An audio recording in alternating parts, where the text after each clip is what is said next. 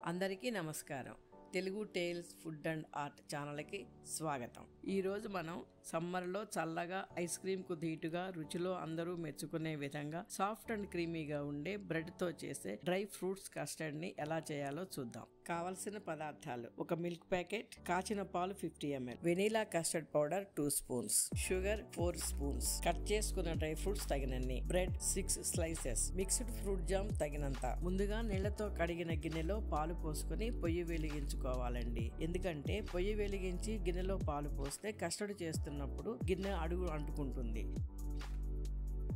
పాలు ఇలా కాగుతూ ఉన్నప్పుడు వేరే గిన్నెలో కస్టర్డ్ పౌడర్ వేసుకుని దానిలో పాలు కొంచెం పోసుకుంటూ పేస్ట్ లాగా కలుపుకుంటూ ఉండాలి.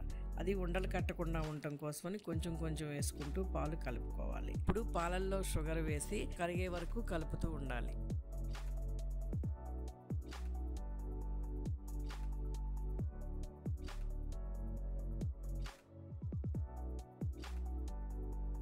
ఇలా పాలు పొంగుతూ ఉన్నప్పుడు మనం కలిపి ఉంచుకున్న కస్టర్డ్ మిశ్రమాన్ని పోస్తూ గెరిటితో బాగా కలుపుతూ ఉండాలండి. ఎందుకంటే అడుగున కలపకపోతే గడ్డలు కడతాయి. ఇది క్రీమీ కన్సిస్టెన్సీ వచ్చే వరకు అలా కలుపుతూనే ఉండాలి. ఇలా వచ్చిన తర్వాత పొయ్యి ఆపేసుకోవాలి.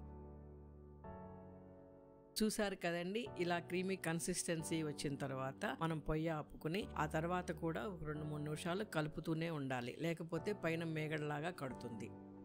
నేను బ్రెడ్ స్లైస్ ని డబ్బా మూత ఉపయోగించి రౌండ్ గా కట్ చేసుకున్నానండి. మీరు ఏది ఉపయోగించైనా అలా కట్ చేసుకోవచ్చు.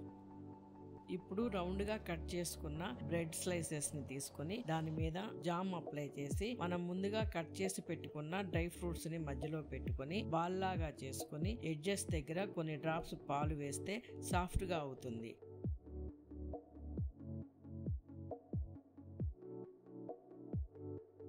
అప్పుడు ఈ విధంగా ఉండలాగా చేసుకోవాలి.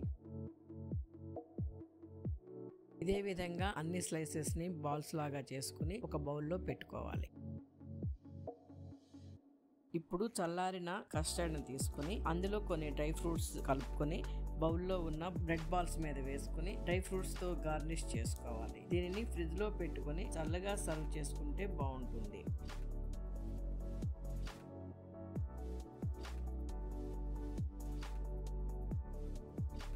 ఈ వీడియో మీకు నచ్చినట్లయితే లైక్ చేయండి.